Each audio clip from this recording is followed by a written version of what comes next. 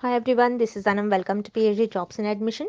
आज के इस लेक्चर से हम पुणे यूनिवर्सिटी के रिसर्च मेथोडोलॉजी से लेक्चर सीरीज स्टार्ट करें। जैसे कि आप सभी को पता है, पुणे यूनिवर्सिटी के पीएचडी प्रोग्राम के लिए रजिस्ट्रेशन अभी भी ऑन गोइंग है। 30 सितंबर लास्ट डेट है। जल्द से जल्द आपको एप्लीकेशन फॉर्म को फिलअप करना है और उसी के साथ साथ आपकी प्रेपरेशंस के लिए हमने रिसर्च मेथोडोलॉजी के लेक्चर सीरीज स्टार्ट कर रखे हैं। तो आज का हमारा फर्स्ट लेक्चर होगा जिसमें हम मीनिंग ऑफ रिसर्च इस टॉपिक पर इंपॉर्टेंट एमसीक्यूज डिस्कस करने जा रहे हैं। मैं आपको बता दूं, अच्छे से इस वीडियो को एंड तक ज़रूर देख लेना है। और जैसे कि आपको पता है, आपका एग्ज़ाम जो है 6 नवंबर 2022 को कंडक्ट करवाया जा रहा है। आपके पास 1 और 2 मंथ रिमेनिंग है प्रिपरेशंस के लिए अभी भी। तो आपको अच्छी तरीके से प्रिपरेशंस करना है थ्रू आवर कोर्स। तो हम आपको रिसर्च मेथोडोलॉजी पर कंप्लीट कोर्स प्रोवाइड करते हैं। जैसे कि आप स्क्रीन पर यहाँ पर देख सकते हो, रिसर्च मेथोडोलॉजी का यहाँ पर आप कोर्स देख सकते हो। आपको लाइव क्रैश कोर्स मिलेगा जो कि मराठी में होगा। देन आपको वीडियो लेक्चर्स, नोट्स देखने मिलेंगे, मॉक टेस्ट, रिविजन पीडीएफ जिसमें हमने 1500 से भी ज़्यादा इंपॉर्टेंट क्वेश्चंस को कवर कर रखा है। तो आपको सारी चीज़ें एक ही जगह पर प्रोवाइड कर रहे हैं। और याद रखिएगा, हमारे इस कोर्स में हम आपको 100% पासिंग की रिस्पॉन्सिबिलिटी देते हैं। यानी आपको हम इतना प्रिपेयर करवा देते हैं कि आप पासिंग मार्क्स तक एटलीस्ट मार्क्स स्कोर कर सको। ये हमारी रिस्पॉन्सिबिलिटी है। तो याद रखना है, जल्द से जल्द आपको कोर्स को परचेस करना होगा। ज़्यादा टाइम आपके पास नहीं है प्रिपरेशन के लिए। जितने जल्दी आप प्रिपरेशन स्टार्ट करोगे उतनी ज़्यादा आपकी प्रिपरेशन अच्छी हो जाएगी और आप इजीली इस यूनिवर्सिटी के पीएचडी एंट्रेंस एग्जामिनेशन को क्रैक कर पाओगे। तो याद रखना है, कोर्स को परचेस करने के लिए स्क्रीन पर जो आपको नंबर नजर आ रहा है उस पर व्हाट्सएप के थ्रू हमें कॉन्टैक्ट करना है, या फिर आप हमारे ऐप के थ्रू भी स्टडी मटेरियल को एक्सेस कर सकते हो, जिसके लिए लिंक मैंने आपके साथ नीचे comment section as well as description box में भी शेयर कर रखा है। So that's it and let's begin with the today's lecture. जैसे कि मैंने आपको प्रीवियस स्लाइड में बता दिया कि हमारे कोर्स से रिलेटेड, सो यहाँ पर हम शॉर्ट में मैं आपको डिटेल में बता दूँ। जैसे कि मैंने आपको बता दिया, रिसर्च मेथोडोलॉजी पर हम आपको कंप्लीट कोर्स प्रोवाइड करते हैं। जैसे वीडियो लेक्चर्स है, थ्योरी और एमसीक्यूज दोनों वीडियो लेक्चर्स हम आपको प्रोवाइड करते हैं। थ्योरी से आपके कॉन्सेप्ट्स को हम बिल्ड करवाते हैं और उसी के साथ साथ एमसीक्यूज से हम आपको सारे ट्रिक्स बताते हैं कि आपको किस तरीके से ट्रिक्स यूज़ कर एमसीक्यूज को सॉल्व करना है। नोट्स काफ़ी सिंपल लैंग्वेज में नोट्स है। नोट्स में हमने ऐसे पॉइंट्स भी कवर कर रखे हैं जो कि आपके इंटरव्यू में आपके लिए बहुत हेल्पफुल होंगे। उसी के साथ साथ मॉक टेस्ट से आपकी प्रैक्टिस होती रहती है। आपको पता लगता है कि आपकी कितनी प्रिपरेशंस हुई है, कितनी और आपकी प्रिपरेशंस बाकी हैं। And 1500 plus MCQs revision PDF, जिसमें इस पीडीएफ में हमने 1500 से भी ज़्यादा इंपॉर्टेंट एमसीक्यूज कवर कर रखे जो कि सेंट्रल और गवर्नमेंट यूनिवर्सिटी में पूछे ही गए थे।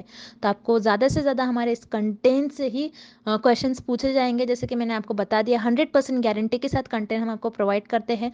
सो आपको सारी आपकी पास करने की रिस्पॉन्सिबिलिटी हमारी होती है। तो आपको ज़्यादा टाइम वेस्ट नहीं करते हुए आपकी प्रिपरेशंस को स्टार्ट करनी है। स्क्रीन पर दिए गए नंबर पर आपको व्हाट्सएप के थ्रू हमें कॉन्टैक्ट करना है। नॉर्मल कॉल इस नंबर पर नहीं लगेगा, याद रखिएगा, व्हाट्सएप के थ्रू हमें कॉन्टैक्ट करना है। और आप हमारे ऐप के थ्रू भी स्टडी मटेरियल को एक्सेस कर सकते हो। सो ऐप को एक्सेस करने की लिंक मैंने आपके साथ comment section as well as description box में भी प्रोवाइड कर रखी है, जिससे कि आप 1 क्लिक में ही वहाँ से हमारे ऐप के पर 1 क्लिक पर से ही हमारे स्टडी मटेरियल को एक्सेस कर पाओगे। सो that's it and let's begin with the video करनी है। जैसे कि हम रिसर्च मेथोडोलॉजी पढ़ रहे हैं, सो हमें रिसर्च की डेफिनेशन क्या होती है ये पता होनी चाहिए। ओके, अब हम ऑप्शंस देखते हैं। पहले हम ऑप्शन सी देखेंगे, search for universal truths of life. So इसे हम कहते हैं स्पिरिचुअलिटी। अब स्पिरिचुअलिटी होता क्या है? जैसे ऐसे questions, where we will go after we die, why have we come to the world, हम इस दुनिया में क्यों आए हैं, उसे हम कहते हैं स्पिरिचुअलिटी। अब स्पिरिचुअलिटी रिसर्च नहीं होती है, दैट्स व्हाई यहाँ पर आपका ऑप्शन सी इनकरेक्ट हो जाएगा। देन आपको ऑप्शन बी गिवन है, arriving at generalisations based on observe data. इस स्टेटमेंट को हम कहते हैं डेटा एनालिसिस। तो डेटा एनालिसिस ये आपके रिसर्च प्रोसेस का एक पार्ट होता है। ओके, अब रिसर्च प्रोसेस क्या होता है? जिसमें आप फर्स्ट स्टेप में डेटा को कलेक्ट करते हो, देन उस डेटा को एनालाइज करते हो, ऑब्जर्व करते हो और आपके ऑब्जर्वेशंस पर बेस्ड और आपके एनालिसिस पर बेस्ड आप कुछ कंक्लूजन देते हो। बट यहाँ पर आपको ऑप्शन बी जो गिवन है, this is the part of research process, ये रिसर्च की डेफिनेशन नहीं होगी। दैट्स वाई यहाँ पर आपको ऑप्शन बी भी इनकरेक्ट हो जाएगा। देन आपको ऑप्शन ए गिवन है, adoption of scientific method for creation and application of knowledge। तो यहाँ पर साइंटिफिक वर्ड बहुत इंपॉर्टेंट है कि आपकी जो रिसर्च होती है, आपको रिसर्च में साइंटिफिक मेथड्स यूज करने चाहिए, आपकी रिसर्च साइंटिफिक वे में आपको परफॉर्म करनी चाहिए। देन इसी सेंटेंस का नेक्स्ट पार्ट है creation and application of knowledge.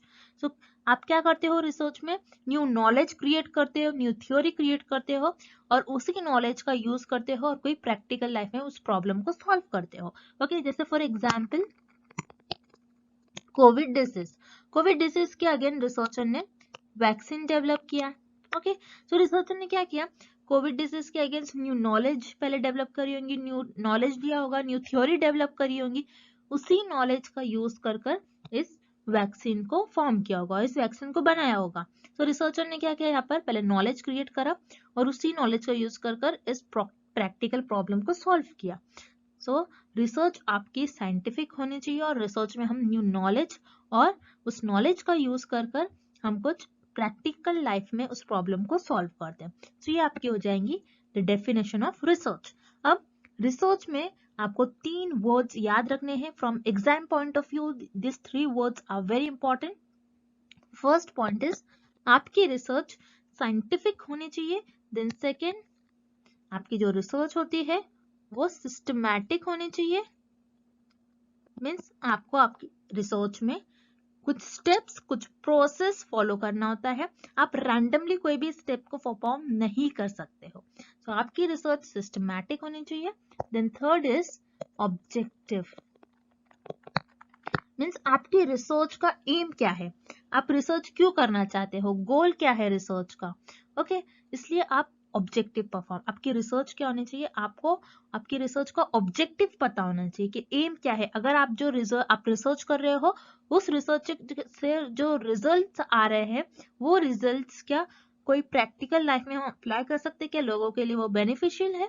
इसलिए हम रिसर्च हमारी ऑब्जेक्टिव वे में होनी चाहिए। First is scientific and the second word is systematic and third is objective. अगर आपको एग्जाम में ऐसे वर्ड्स में से कोई एक वर्ड दिखता है डेफिनेशन ऑफ रिसर्च में, दैट मीन्स वो आपकी डेफिनेशन हो जाएगी। दैट्स वाई यहाँ पर आपका करेक्ट ऑप्शन हो जाएगा option A, adoption of scientific method for creation and application of knowledge. Next question, Which one of the following statements is not correct? इस क्वेश्चन में हमें फाइंड आउट करना है कि कौन सा स्टेटमेंट करेक्ट नहीं है अबाउट रिसर्च। ओके, अब हम ऑप्शंस देखते हैं। Option A, any person can do research. तो यहाँ पर आपका ऑप्शन ए करेक्ट हो जाएगा बिकॉज कोई भी रिसर्च परफॉर्म कर सकता है, चाहे वो डॉक्टर हो, टीचर हो, इंजीनियर हो, स्टूडेंट्स हो, कोई भी रिसर्च को परफॉर्म कर सकता है। जैसे फॉर एग्जाम्पल एक टीचर है, टीचर अपनी क्लास में बच्चों को कुछ कॉन्सेप्ट समझा रही है और बच्चे उस कॉन्सेप्ट को समझ नहीं पा रहे, सो टीचर क्या कर लेगी, अपना टीचिंग मेथड चेंज कर लेगी। Okay, teaching method teacher change कर लेगी जिससे बच्चे उस कॉन्सेप्ट को इजीली अंडरस्टैंड कर पाए। तो टीचर ने यहाँ पर क्या किया, टीचर ने रिसर्च परफॉर्म किया। ओके, सो ये भी एक टाइप का रिसर्च हो गया। So any person can do research, this is correct about research. Then आपको ऑप्शन बी गिवन है, रिसर्च में बी विदाउट हाइपोथेसिस। सो इस स्टेटमेंट में आपके लिए एक न्यू वर्ड है हाइपोथेसिस। हाइपोथेसिस होता क्या है? हाइपोथेसिस ये एक टेंटेटिव स्टेटमेंट होता है जो रिसर्चर के अजम्पशंस और गेसेस पर बेस्ड होता है और इसी अजम्पशन और इसी गेसेस को रिसर्चर अपने रिसर्च में टेस्ट करते हैं। जैसे फॉर एग्जांपल एक ड्रग है और रिसर्चर को ये देखना है कि ये पर्टिकुलर ड्रग इस पर्टिकुलर डिसीज को क्योर कर रहा है या नहीं। तो रिसर्चर का अजम्पशन क्या होगा इस केस में कि हो सकता है शायद ये ड्रग इस डिसीज को क्योर करे। सो रिसर्चर का एक अजम्पशन है, रिसर्चर का मानना है, बस इसी मानने को, इसी अजम्पशंस को रिसर्चर अपने रिसर्च में टेस्ट करते हैं और उसे हम कहते हैं हाइपोथेसिस। अब कोई कोई रिसर्च ऐसी होती है जिसमें हाइपोथेसिस की जरूरत नहीं होती है, जैसे एक्सप्लोरेटरी रिसर्च होती है उसमें हाइपोथेसिस की जरूरत नहीं होती है। अब हम नेक्स्ट आने वाले लेक्चर्स में देखेंगे एक्सप्लोरेटरी रिसर्च क्या होता है। अब इस क्वेश्चन के लिए हम बस इतना देखेंगे कि ऐसे रिसर्च जो होती है विदाउट हाइपोथेसिस भी होती है। जैसे फॉर एग्जांपल मुझे देखना है, मुझे स्टडी करना है बटरफ्लाइज के बारे में कि बटरफ्लाइज के आईज कैसे होते हैं, उनके कलर्स कैसे होते हैं, उनके विंग्स कैसे होते हैं, उनके मूवमेंट कैसे होते हैं। सो बस मैं क्या कर रही हूँ, मेरा नॉलेज एक्सपांड कर रही हूँ और मैं कोई एरिया को एक्सप्लोर कर रही हूँ। सो यहाँ पर मुझे हाइपोथेसिस की तो कोई जरूरत नहीं है, मैं बस अपनी नॉलेज को इंक्रीज कर रही हूँ। सो इस केस में क्या होता है, रिसर्च में कभी कभार हाइपोथेसिस की जरूरत नहीं होती है। दैट्स वाई यहाँ पर आपका ऑप्शन बी भी करेक्ट हो जाएगा। देन ऑप्शन सी आपको गिवन है, research is not always systematic. Means research always systematic नहीं होती है इसका मतलब है, बट हमने देखा था research must always be systematic. Research systematic होनी ही चाहिए। अगर आपकी रिसर्च सिस्टमैटिक नहीं होती है तो आपकी रिसर्च इनवैलिड हो जाएगी। सिस्टमैटिक मीन्स व्हाट, आपको प्रॉपर स्टेप्स स्ट्रक्चर परफॉर्म करना होता है और आपको रैंडमली कोई भी स्टेप्स आप रिसर्च में परफॉर्म नहीं कर सकते हो। ओके, सो यहाँ पर आपका ऑप्शन सी इनकरेक्ट हो जाएगा, this is not correct about research. और हमें क्वेश्चन में भी यही फाइंड करना है, which is not correct about research. That's why आपका यहाँ पर करेक्ट ऑप्शन हो जाएगा option C. Next question, research is related with, इस क्वेश्चन में हमें फाइंड आउट करना है कि कौन सा ऑप्शन कनेक्टेड है और लिंक्ड है विद रिसर्च। ओके, अब हम ऑप्शंस देखते हैं। Option A, discovery of new idea. तो यस, रिसर्च में रिसर्चर न्यू आइडिया डिस्कवर कर कर कोई चीजें डेवलप करते हैं। जैसे फॉर एग्जांपल कंप्यूटर्स है, computers, laptop, TV, mobile phones. तो ये सारे रिसर्चर ने क्या किया, अपने आइडियाज के थ्रू इन सारी चीजों को डेवलप किया। दैट्स वाई यहाँ पर आपका ऑप्शन ए करेक्ट हो जाएगा, research is related with discovery of new idea. Then आपको ऑप्शन बी गिवन है, solution of a problem. Yes, research में रिसर्च हमें हेल्प करता है कोई भी प्रॉब्लम का सोल्यूशन फाइंड आउट करने में। जैसे हमारे लिए एक बड़ी प्रॉब्लम थी जो कि है आपकी कोविड-19 डिसीज। कोविड-19 के अगेंस्ट रिसर्चर ने वैक्सीन डेवलप किया। ओके, सो ये एक प्रॉब्लम थी और उस प्रॉब्लम का रिसर्चर ने वैक्सीन डेवलप कर उस प्रॉब्लम का सोल्यूशन फाइंड आउट किया। सो रिसर्च में हम कोई भी प्रॉब्लम का सोल्यूशन फाइंड आउट करते हैं। दैट्स वाई आपका ऑप्शन बी भी करेक्ट हो जाएगा।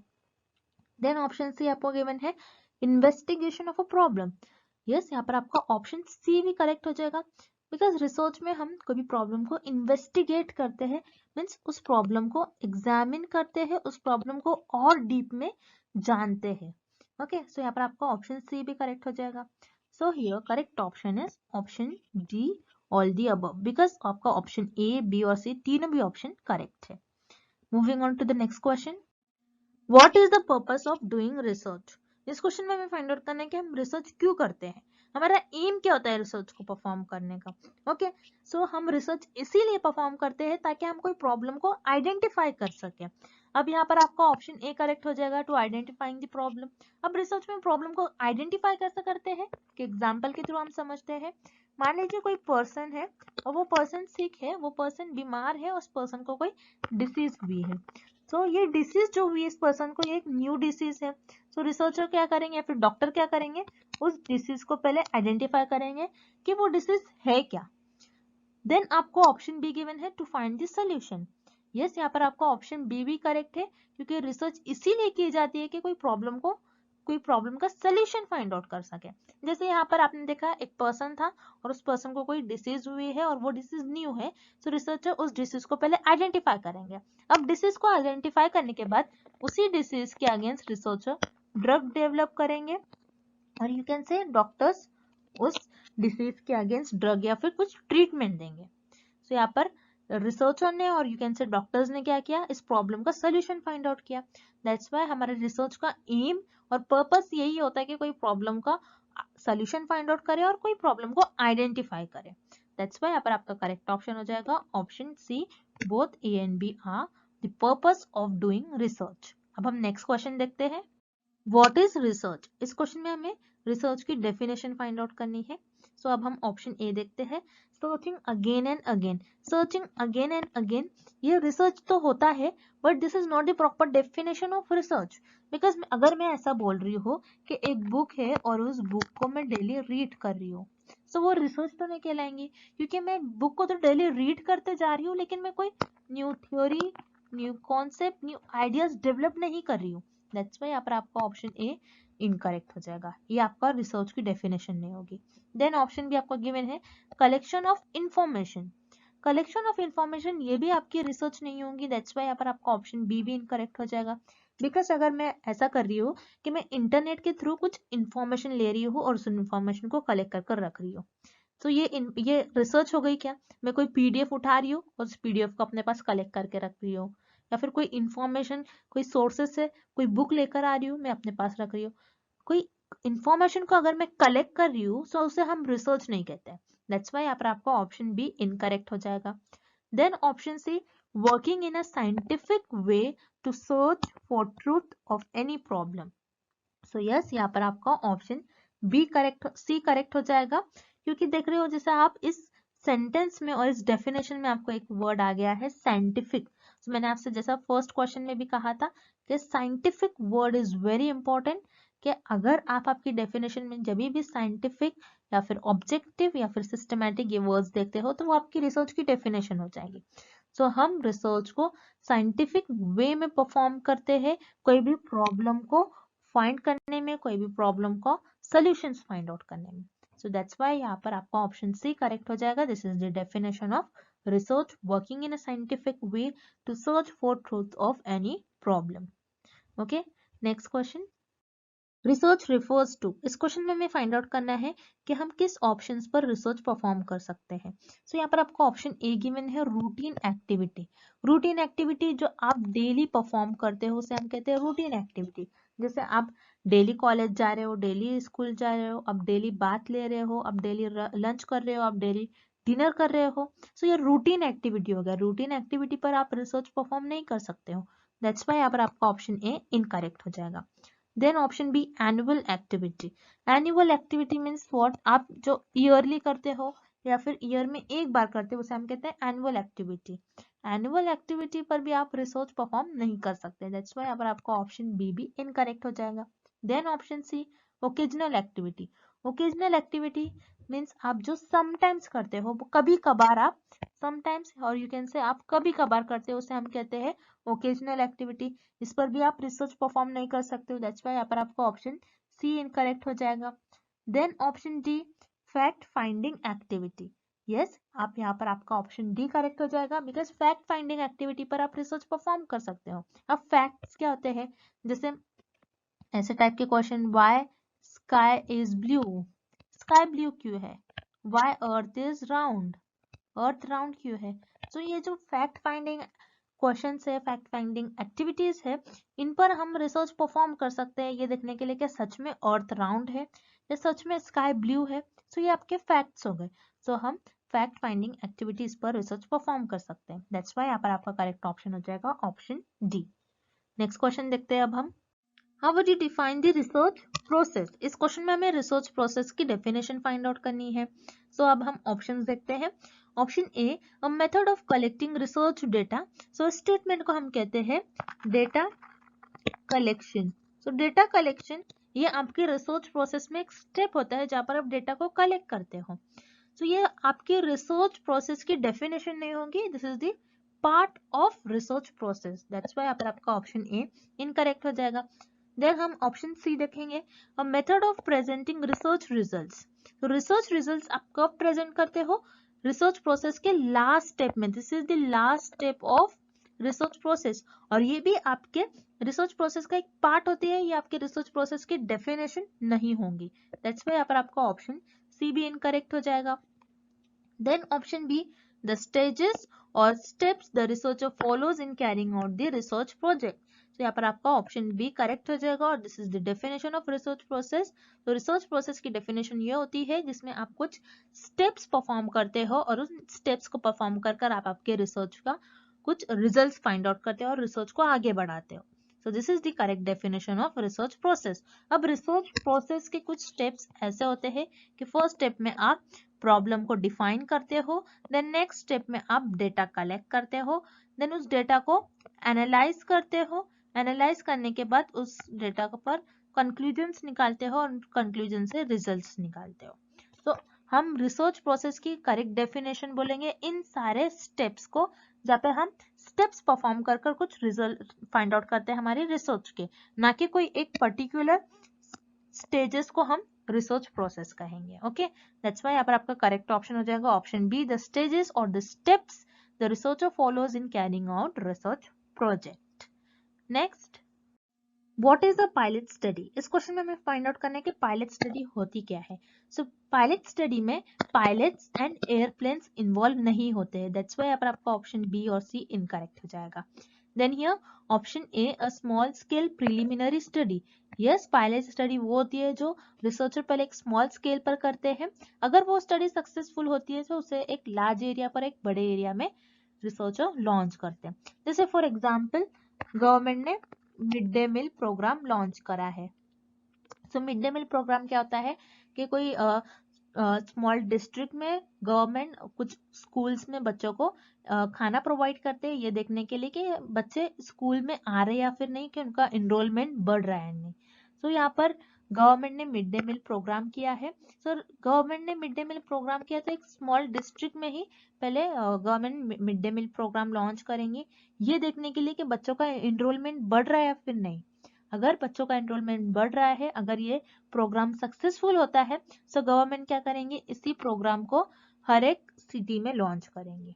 सो इसे हम कहते हैं पायलट स्टडी। तो यहाँ पर आपका करेक्ट ऑप्शन हो जाएगा option A, a small scale preliminary study. Okay next, which of the following options are the main task of research. इस क्वेश्चन में हमें फाइंड आउट करना है कि रिसर्च के मेन टास्क क्या होते हैं। सो अब हम ऑप्शन देखते हैं। Option A, to learn new things. तो यहाँ पर आपका ऑप्शन ए करेक्ट हो जाएगा, बिकॉज रिसर्च का एम ही होता है कि हम कुछ new theory, new concept, new ideas को डेवलप करें। सो उसके थ्रू हम कुछ ना कुछ न्यू नॉलेज सीखते रहते हैं। सो यहाँ पर आपका ऑप्शन ए करेक्ट हो जाएगा। Then option B, research gives you the latest information. So यहाँ पर आपका ऑप्शन बी भी करेक्ट हो जाएगा, बिकॉज जैसा हम देखते हैं कंप्यूटर्स में न्यू न्यू लैंग्वेजेस आते हैं, मोबाइल्स में कुछ प्रोग्राम्स आते हैं, कुछ एप्स आते हैं। तो जब भी कोई न्यू थिंग्स डेवलप होती है, सो उसके थ्रू रिसर्च है या फिर हम लोग कुछ ना कुछ न्यू इंफॉर्मेशन, लेटेस्ट इंफॉर्मेशन सीखते रहते हैं। So research give us the latest information, ये भी करेक्ट हो जाएगा।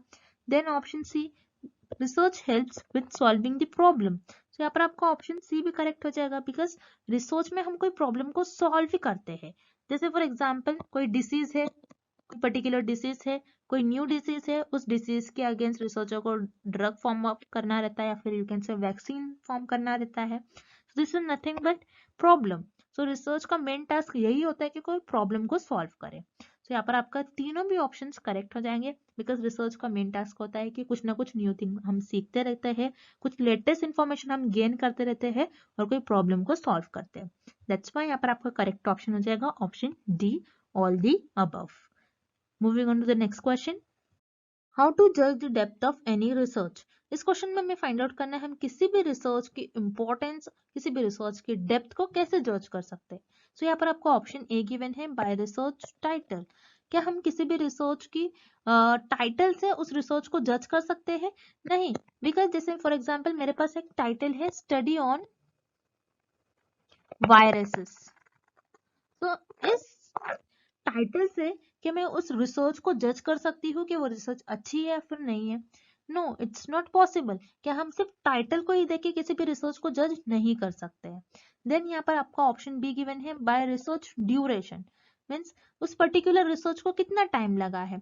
किसी रिसर्च को कंप्लीट होने में 2 वीक्स लगते हैं, किसी रिसर्च को कंप्लीट होने में 2 इयर्स लगते हैं, 1 ईयर लगता है, 6 मंथ लगता है। सो हम किसी भी रिसर्च की डेप्थ को उसके ड्यूरेशन के अकॉर्डिंग जज नहीं कर सकते। दैट्स व्हाई यहाँ पर आपका ऑप्शन बी भी इनकरेक्ट हो जाएगा। देन हम ऑप्शन डी देखते हैं, by total expenditure on research. यहाँ पर आपका ऑप्शन डी भी इनकरेक्ट हो जाएगा, बिकॉज हम किसी भी रिसर्च के डेप्थ को इसलिए नहीं जज कर सकते कि उसमें कितना पैसा खर्च हो गया है, उसमें कितना मनी स्पेंड है। अगर कोई रिसर्च में ज्यादा मनी स्पेंड है, दैट मीन्स वो रिसर्च अच्छी है, ऐसा हम नहीं कह सकते हैं। दैट्स व्हाई यहाँ पर आपका ऑप्शन डी भी इनकरेक्ट हो जाएगा। Then option C, by research objectives. तो यहाँ पर आपका ऑप्शन सी करेक्ट हो जाएगा, बिकॉज हम किसी भी रिसर्च की डेप्थ को जज कर सकते हैं बाय इट्स ऑब्जेक्टिव, के उस रिसर्च का गोल क्या है, उस रिसर्च का गोल क्या है, उस रिसर्च का एम क्या है, वो रिसर्च क्यों की गई है, क्या उस रिसर्च के करने के बाद उस रिसर्च के जो रिजल्ट आ रहे हैं वो सोसाइटी के लिए बेनिफिशियल है या नहीं। तो इससे हम रिसर्च की डेप्थ को जज कर सकते हैं। दैट्स व्हाई यहाँ पर आपका ऑप्शन सी करेक्ट हो जाएगा, bye research objectives. So student, this is all about the meaning of research. I hope the definition of or the meaning of research is clear to everyone, and thank you for watching this video.